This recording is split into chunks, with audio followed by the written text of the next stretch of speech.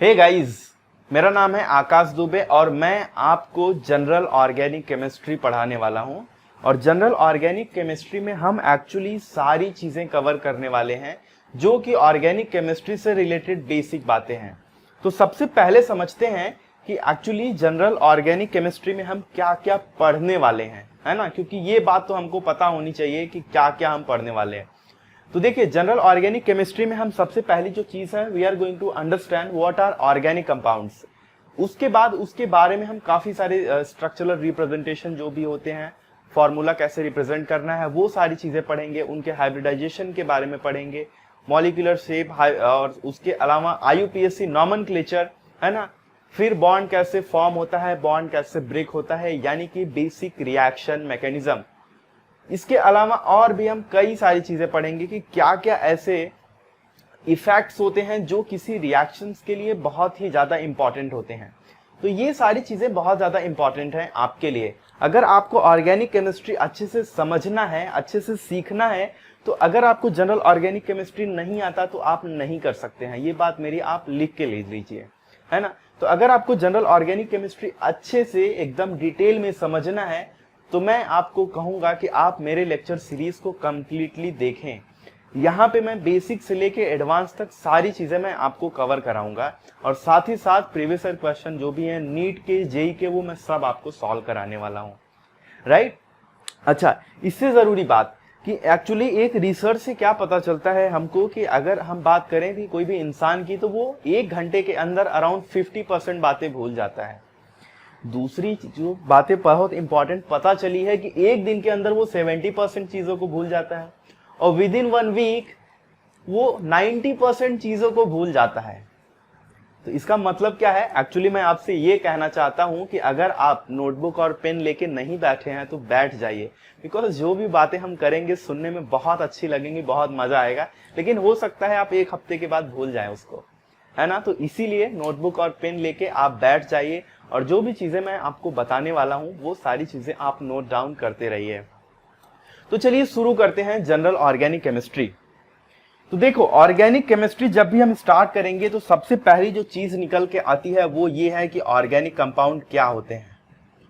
तो अगर मैं ऑर्गेनिक कंपाउंड्स के बारे में बात करूं तो ऑर्गेनिक कंपाउंड्स क्या होते हैं और इनके पीछे क्या हिस्ट्री रही है, वो चीजें थोड़ा सा डिस्कस कर लेते हैं। देखो क्या है, एक्चुअली हमको एक ऐसा लेक्चर सीरीज बनाना है जिसमें सारी चीजें कवर हो, फ्रॉम बेसिक टू एडवांस। तो इसके लिए आपको डिटेल में एक्सप्लेनेशन करना, डिटेल में एक्सप्लेन करना किसी भी चीज को बहुत ज्यादा जरूरी है। तो देखिए, अगर ऑर्गेनिक कंपाउंड्स की बात करें तो बहुत पहले ये माना जाता था कि ऑर्गेनिक कंपाउंड्स एक्चुअली वही सारे कंपाउंड्स हैं जो कि किसी लिविंग थिंग से पाए जाते हैं, और लिविंग चीजें जैसे कि ह्यूमन बॉडी हो गई, है ना, कुछ एनिमल बॉडी हो गई, प्लांट हो गए, ये सारी चीज से ही आपको मिलता हो, तो उसी को हम ऑर्गेनिक कंपाउंड्स बोलेंगे। तो ये जो चीज थी एक्चुअली ये काफी समय तक ऐसा ही माना जाता था कि ऑर्गेनिक कंपाउंड्स हम उसी को बोलते हैं। लेकिन हुआ ऐसा कि एक्चुअली ऑर्गेनिक कंपाउंड्स में जो सबसे पहले जो एक साइंटिस्ट थे, बर्जीलियस, तो उन्होंने ही ये बोला था कि एक्चुअली ऑर्गेनिक कंपाउंड्स जो हमें लिविंग, जो भी एनिमल्स हैं, प्लांट्स हैं, ह्यूमन बॉडी है ना, जो भी चीजें हैं वहां से ही मिलेगा। लेकिन बाद में एक साइंटिस्ट का नाम था होलर, उन्होंने क्या किया कि उन्होंने पाया कि एक्चुअली जब भी हम NH4CnO यानी कि अमोनियम साइनेट को उन्होंने हीट किया तो ही फाउंड दैट कि एक्चुअली ये जो है कन्वर्ट हो गया NH2CONH2 में, है ना। ये एक तो इनऑर्गेनिक कंपाउंड है, एक इनऑर्गेनिक कंपाउंड है, और ये एक ऑर्गेनिक कंपाउंड है ना। तो ये पहली बार हुआ था ऐसा कि जब किसी साइंटिस्ट ने इनऑर्गेनिक कंपाउंड से एक ऑर्गेनिक कंपाउंड को बनाया था। तो तब से ये बात तो क्लियर हो गई कि एक्चुअली ऑर्गेनिक कंपाउंड्स केवल वही नहीं है कि जो केवल लिविंग थिंग्स में ही पाए जाते हों, है ना, जैसे कि ह्यूमन बॉडी वगैरह जो भी मैं आपको बता रहा था। तो ऐसे ही नहीं है, बल्कि उनको हम इनऑर्गेनिक कंपाउंड से भी बना सकते हैं। और आपके सामने ये एग्जांपल है यूरिया, अमोनियम साइनेट से यूरिया जब बनाया गया, है ना। और इसके अलावा जो चीज थी एक्चुअली, अब ऑर्गेनिक कंपाउंड्स को हम सिंथेसाइज भी कर सकते हैं। अगर लैब में बात करें तो वहां पे हम बना भी सकते हैं, लैब के अंदर भी बना सकते हैं, जरूरी नहीं कि वो बाहर ही चीजें मिले। है ना, देखते हो आप बहुत सारी चीजें हैं जो लैब में ही आजकल बनाई जा सकती हैं। तो ऑर्गेनिक कंपाउंड्स हम इसीलिए ऑर्गेनिक केमिस्ट्री को उस चीज से रिलेटेड करते आ रहे हैं क्योंकि हमने हमेशा स्टार्टिंग से ही वो चीज को कहा था कि नहीं, ऑर्गेनिक केमिस्ट्री मतलब यही पार्ट है कि जिसमें कि हम केवल और केवल मतलब कार्बन से रिलेटेड और जो भी चीजें हमको नेचर में मिलती हैं उसी की ही स्टडी है। ऐसा जरूरी नहीं है, हमको इनऑर्गेनिक से भी आपको ऑर्गेनिक कंपाउंड्स मिल सकता है, आप ऑर्गेनिक कंपाउंड्स को लैब में भी बना सकते हो। ठीक, तो ये चीज हो गई। अब देखो ये चीज तो आपको क्लियर हो गई कि ऑर्गेनिक कंपाउंड्स हम बना सकते हैं, है ना, इनऑर्गेनिक सब्सटेंस से भी बना सकते हैं, लैब में भी बना सकते हैं और नेचर में भी ये पाए जाते हैं ऑफ कोर्स। लाइक अगर हम बात करें तो हमारी बॉडीज में जो भी चीजें हैं, है ना, प्रोटीन्स हो गए, विटामिन हो गए, कार्बोहाइड्रेट्स हो गए, सारे के सारे ऑर्गेनिक कंपाउंड्स ही हैं एक्चुअली, राइट। तो देखिए अब हम ऑर्गेनिक कंपाउंड की डेफिनेशन की बात करते हैं। तो ऑर्गेनिक कंपाउंड्स की बात करें तो एक सिंपल चीज जो हमारे दिमाग में हमेशा से रहता था ऑर्गेनिक कंपाउंड्स को लेके कि एक्चुअली उसमें क्या होना चाहिए, जैसे कार्बन और हाइड्रोजन मेनली होने चाहिए। सो ऑर्गेनिक कंपाउंड्स में carbon and hydrogen mainly present तो रहते हैं, बट इसके साथ साथ कुछ और भी चीजें प्रेजेंट हो सकती हैं। For example nitrogen, oxygen, halogen, sulphur. So these all सब elements can also be present in the organic compounds. तो देखो एक सेंटेंस में डेफिनेशन क्या बनता है कि organic compounds are actually hydrocarbons and its derivatives.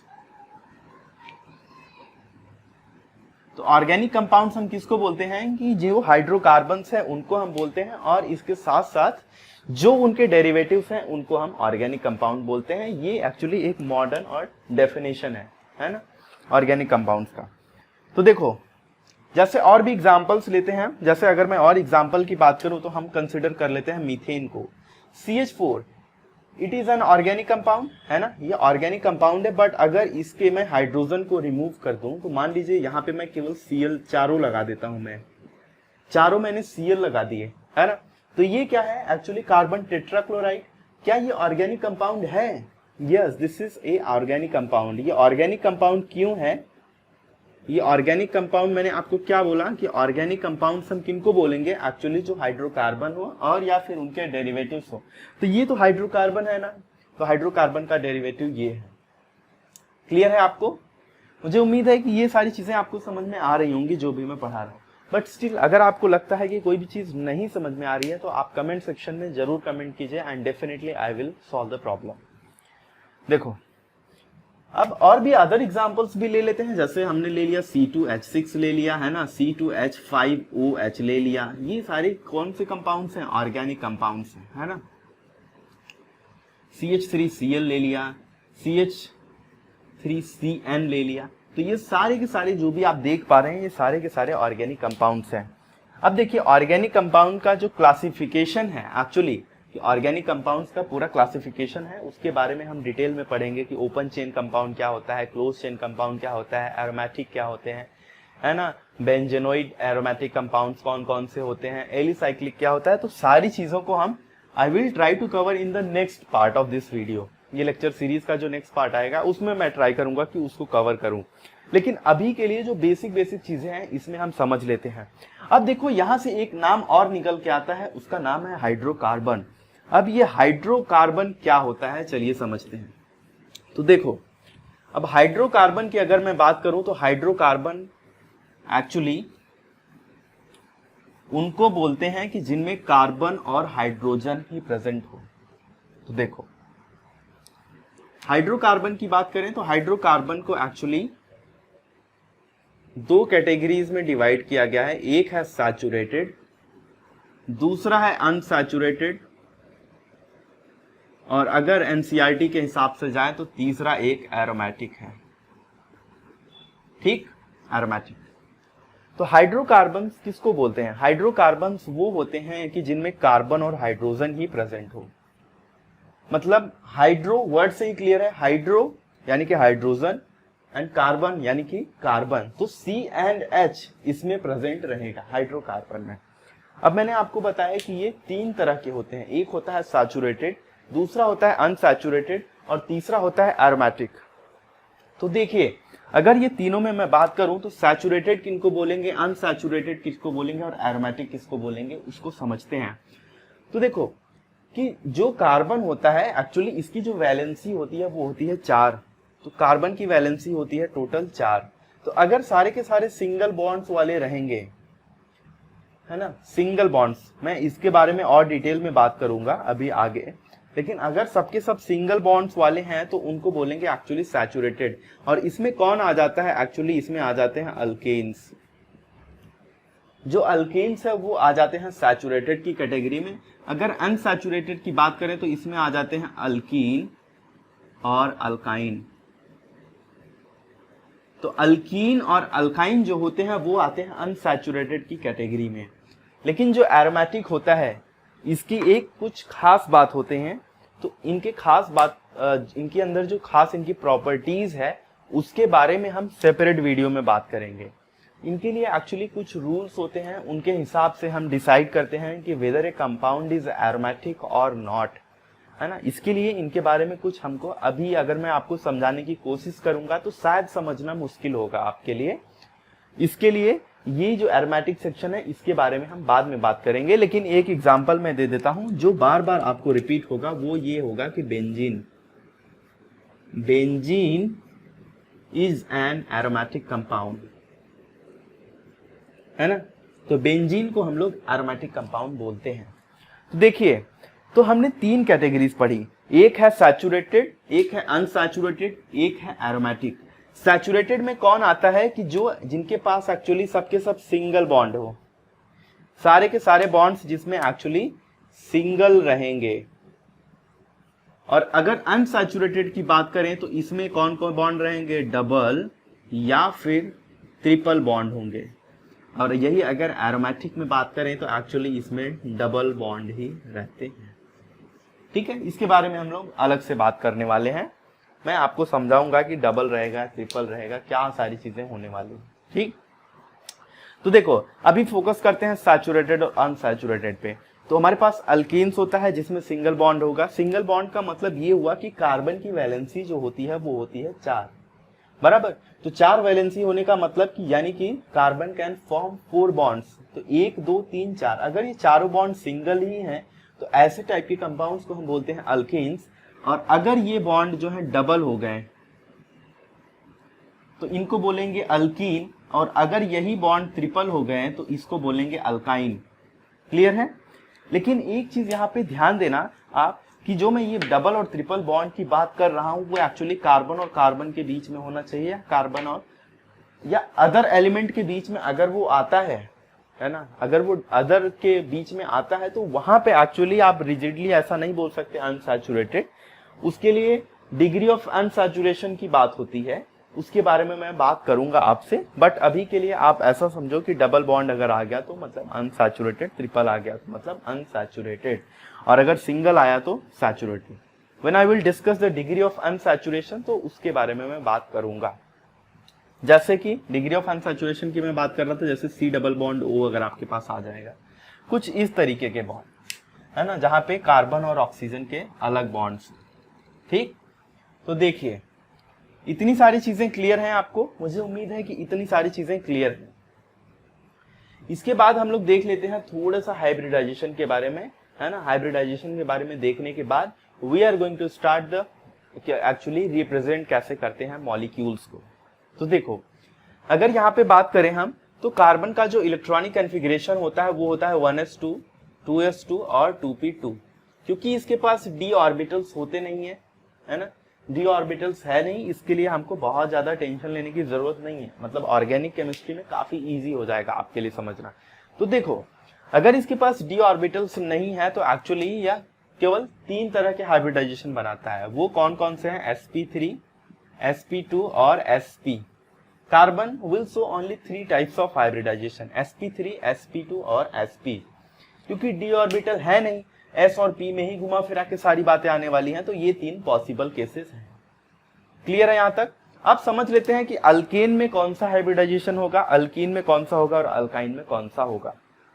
तो देखिए अल्केन में अगर हम बात करें तो अल्केन में एक्चुअली ये जो 4 बॉन्ड आप देख रहे हो सिंगल बॉन्ड, तो हमेशा याद रखना कि जब भी कार्बन अगर 4 बॉन्ड चारों के चारों सिंगल बॉन्ड से कनेक्टेड रहेंगे तो उस केस में हमेशा sp3 हाइब्रिडाइजेशन होगा, और जब यहाँ पे डबल बॉन्ड आ जाएंगे तो इस केस में sp2 हो जाएगा, और जब ट्रिपल आ जाएंगे तो इस केस में sp3 हो जाएगा। क्लियर है यहाँ तक? ये sp2, ये sp3 और ये सॉरी यहाँ पे ये sp हो जाएगा, ये sp और ये sp2 और ये sp3 हाइब्रिडाइजेशन। इसके लिए मैं आपको सिंपल एक चीज बता देता हूं कि मान लीजिए कि अगर हमारे पास मैं एक यहाँ पे चार्ट बना देता हूं छोटा सा, उससे शायद आपको और अच्छा क्लियर हो जाए। कि मान लीजिए वो चार्ट ऐसा है कि यहाँ पे हाइब्रिडाइजेशन, आप ऐसा समझ लो ये कौन सा हाइब्रिडाइजेशन होगा, यहाँ पे लोन पेयर या फिर सिग्मा बॉन्ड। सिग्मा बॉन्ड क्या है उसके बारे में भी बात करते हैं। तो देखिए अगर हाइब्रिडाइजेशन और लोन पेयर या lone pair plus sigma bond की बात करें तो देखो कि जो सिंगल बॉन्ड होता है वो एक्चुअली सिग्मा बॉन्ड होता है। ये ध्यान देना कि ये सिग्मा बॉन्ड है, ये सिग्मा बॉन्ड है, ये सिग्मा। अगर डबल बॉन्ड की बात करें तो डबल बॉन्ड में एक सिग्मा होता है, एक पाई होता है, और ट्रिपल बॉन्ड की बात करें तो इसमें एक सिग्मा होता है और 2 पाई बॉन्ड्स होते हैं। क्लियर है यहाँ तक? और लोन पेयर कार्बन पे कब आता है कि अगर नेगेटिव साइन है, जैसे कार्बन एनाइन की बात करेंगे जहां पे C माइनस रहता है, तो ये एक्चुअली जो माइनस है ये लोन पेयर की तरह काम करता है। ठीक, तो देखिए अगर यहाँ पे सिग्मा बॉन्ड है ना जो आप देख रहे हो, प्लस अगर यहाँ पे लोन पेयर दोनों मिला के अगर 4 हो जाते हैं तो इस केस में ये हो जाएगा sp3। और अगर यही 3 है, 3 कैसे होंगे? देखिए एक यहाँ पे अगर डबल बॉन्ड की बात करें तो 1 सिग्मा बॉन्ड, 2 सिग्मा बॉन्ड और 3 सिग्मा बॉन्ड, और इसके पास कोई लोन पेयर तो है नहीं, यानी कि 3 सिग्मा बॉन्ड हो गए तो ये हो जाएगा sp2। और अगर sp में जाए तो 1 सिग्मा बॉन्ड, 2 सिग्मा बॉन्ड, एक कार्बन के पास 2 ही सिग्मा बॉन्ड है तो sp हो जाएगा ये हाइब्रिडाइजेशन। यहाँ तक क्लियर है आपको? मुझे उम्मीद है कि इतनी सारी चीजें आपको क्लियर होंगी। तो देखो कभी भी जो हाइब्रिडाइजेशन हम लोग निकालते हैं वो हाइब्रिडाइजेशन एक्चुअली हम लोग पूरे मॉलिक्यूल का नहीं निकालते। पूरा मॉलिक्यूल का मतलब अगर मैं बोलूं आपको कि जैसे ईथेन का हाइब्रिडाइजेशन क्या है, तो ऐसा नहीं होता है। उसमें एक जो पर्टिकुलर एटम होता है, जैसे उसके अंदर जो कार्बन है, उसके अंदर जो हाइड्रोजन है, उसके अंदर जो नाइट्रोजन ऑक्सीजन जो भी प्रेजेंट होंगे उनके हम पर्टिकुलर हाइब्रिडाइजेशन की बात करते हैं। जैसे फॉर एग्जांपल अगर मैं बात करूं, जैसे मेरे पास एक C डबल बॉन्ड OCH3 है, कुछ इस तरीके का एक कंपाउंड है ना। मान लीजिए यहाँ पे भी H लगा हुआ है। तो अगर मैं बात करूं कि एक्चुअली इसमें हाइब्रिडाइजेशन, ये वाला जो कार्बन है इसका जो हाइब्रिडाइजेशन होगा वो एक्चुअली sp2 होने वाला है, और ये वाला जो कार्बन है इसका जो हाइब्रिडाइजेशन है वो एक्चुअली sp3 होने वाला है। समझ रहे हो ना आप मेरी बात को कि एक ही मॉलिक्यूल में एक्चुअली हमारे पास अलग अलग हाइब्रिडाइजेशन प्रेजेंट हो सकते हैं, वो भी डिफरेंट एटम्स पे। क्लियर है यहाँ तक? I hope this is clear to you. ठीक, अब इनके बीच के हम थोड़ा बॉन्ड एंगल के बारे में बात कर लेते हैं, फिर उसके बाद we will move to how to draw the structure. देखो इस जो सिंगल बॉन्ड होता है, जो सिंगल बॉन्ड जहां भी कार्बन, और अगर मीथेन की बात करें तो कार्बन और हाइड्रोजन के बीच में जब सारे के सारे सिंगल बॉन्ड्स ही होते हैं तो इनके बीच में जो बॉन्ड एंगल होता है वो होता है 109 डिग्री 28 मिनट। घड़ी की सुई देख रहे हो ना आप, जैसे 109 डिग्री और 28 मिनट का मतलब क्या है कि मान लीजिए जब घड़ी की सुई चलती है तो 90 डिग्री आपको समझ में आता है, 90 डिग्री है ना, 90 डिग्री हम लोग इसको बोलते हैं। ठीक, ये 90 डिग्री है, तो अगर यही थोड़ा सा और बढ़ा दिया जाएगा तो ये 109 डिग्री 28 मिनट तक आएगा। और 1 डिग्री में कितने मिनट्स होते हैं? 60 मिनट होते हैं, यानी कि 1 डिग्री में होता है टोटल 60 मिनट। यानी कि ऐसा समझ लो 109 डिग्री और 28 मिनट जो है, अगर इसमें हम लोग 32 मिनट और जोड़ दें तो ये हो जाएगा 110 डिग्री। समझ रहे हो आप मेरी बात को? तो 1 डिग्री का मतलब होता है 60 मिनट। ये सब बेसिक जो चीजें हैं ये सब आपको पता होनी चाहिए। ठीक, और जो इस मॉलिक्यूल का जो पर्टिकुलर इसकी जो ज्योमेट्री होती है वो एक्चुअली होती है टेट्राहेड्रल इस केस में। ठीक, और यही अगर डबल बॉन्ड में जाएं तो इनके बीच में जो बॉन्ड एंगल होता है वो अप्रॉक्स 120 डिग्री होता है, और मॉलिक्यूल जो होता है वो प्लेनार होता है। प्लेनार का मतलब आप ऐसा समझो, ये मेरे पास जो 2 मार्कर हैं ये कार्बन के 2 अलग अलग वाले बॉन्ड हैं, और ये जो डबल बॉन्ड है ये डस्टर का है। तो अगर मैं ऐसे रख दूं ये तीनों एक ही प्लेन में है तो कुछ इस तरीके से होगा। और ये जो मैं बात कर रहा हूँ टेट्राहेड्रल की, इसमें क्या हो रहा है कि 2 बॉन्ड जो है एक प्लेन में है लेकिन एक ऊपर है और एक नीचे है, ऐसा। एक इधर ऊपर है और एक इधर नीचे है, दो बॉन्ड के बीच में 109 डिग्री 28 मिनट का एंगल है, ठीक। और अगर यही अल्काइन की बात करें तो अल्काइन के केस में क्या हो रहा है कि एक्चुअली यहाँ पे 180 डिग्री है। 180 डिग्री मतलब सीधा सीधा एक रॉड की तरह सीधा सीधा 180 डिग्री है इनके बीच में एंगल। किन्हीं भी दो कार्बन के बीच में जो बॉन्ड है, सॉरी एक कार्बन के बीच में दो बॉन्ड लगे हुए हैं, उनके बीच का जो एंगल है 180 डिग्री है। और साथ साथ जो इनका मॉलिक्यूलर ज्योमेट्री है वो एक्चुअली लीनियर है ना, लीनियर हो जा रही है। ठीक है, यहाँ तक बात क्लियर है। मुझे उम्मीद है कि इतनी सारी चीजें आपको बेसिक चीजें समझ में आ गई होंगी। अब ये जो हाइब्रिडाइजेशन की मैंने बात की थी, अब एक्चुअली इसके बारे में थोड़ा सा और बात कर लेते हैं, है ना। वो बात कैसा करना है कि एक्चुअली मॉलिक्यूल का हाइब्रिडाइजेशन कैसा होगा। देखो, अगर हाइब्रिडाइजेशन की बात करें तो मैंने आपको ये सिखाया कि अगर सिंगल बॉन्ड रहेगा तो उसको बोलेंगे sp3 हाइब्रिडाइजेशन, और अगर डबल बॉन्ड रहा तो उसको बोलेंगे sp2 हाइब्रिडाइजेशन, और अगर ट्रिपल बॉन्ड रहा तो उसको बोलेंगे sp हाइब्रिडाइजेशन। तो चलिए समझ लेते हैं कुछ एग्जांपल्स की मदद से। तो देखो, ये है हमारे पास मीथेन। मीथेन में जो कार्बन है ये सारे के सारे सिंगल बॉन्ड है, तो इसका मतलब sp3 हाइब्रिडाइजेशन। अब ये ले लेते हैं CH3 CH2 CH3, इसके बीच में जो तीन कार्बन है, तीनों का जो हाइब्रिडाइजेशन है वो एक्चुअली sp3 है। कैसे sp3 है? देखो यहाँ पे तीन हाइड्रोजन और एक सिंगल बॉन्ड, यानी कि चारों के चारों इसको क्या लगे हुए हैं, सब सिंगल बॉन्ड ही लगे हुए हैं। लेकिन अगर मान लीजिए हमारे पास CH3 CH double bond CH2 है, तो इसमें देखिए आप, इसका जो हाइब्रिडाइजेशन है वो sp3 है, लेकिन यहाँ पे देखिए डबल बॉन्ड आ गया, तो डबल बॉन्ड यानी कि sp2, और यहाँ पे देखिए sp2 हो जाएगा, क्योंकि ये कार्बन के पास भी डबल बॉन्ड आ गया है। अगर total number of sigma bond और लोन पेयर की बात करें तो यहाँ पे दो हाइड्रोजन के सिग्मा बॉन्ड, एक इसका सिग्मा बॉन्ड, यानी कि 3 सिग्मा बॉन्ड है, तो उस हिसाब से भी sp2 आ रहा है। क्लियर है? इतना तो समझ में आ गया होगा, है ना। अब ट्रिपल बॉन्ड की बात कर लेते हैं। देखो, ट्रिपल बॉन्ड कुछ इस तरीके से ले लेते हैं। अब देखो, इसमें 2 सिग्मा बॉन्ड आ रहे हैं, तो ये sp है, ये भी sp है, ये क्या है sp3 है, ये sp2 है, ये sp2 है। क्लियर है यहाँ तक? अब नेक्स्ट बात करते हैं। मान लीजिए हमारे पास CH3 CH2 यहाँ पे आ गया, CH2 माइनस, ये लोन पेयर आ गया अभी इसके ऊपर। दूसरा हम एग्जांपल लेते हैं, CH2 double bond CH2 minus. अब देखो, इन दोनों में इसका जो हाइब्रिडाइजेशन है ये है sp2, ये है sp2, ये भी है sp2, ये sp2 है, ध्यान देना। और इसकी केस में बात करें sp3 sp3 sp3, यहाँ पे देखो CH2 माइनस, इस केस में क्या हो रहा है, sp3 हाइब्रिडाइजेशन आ रहा है। लेकिन यही चीज यहाँ भी प्रेजेंट है, CH2 माइनस, लेकिन इसका हाइब्रिडाइजेशन क्या आ रहा है, sp2 आ रहा है। ये कैसे हो रहा है भाई? कुछ समझने वाली बात है ना।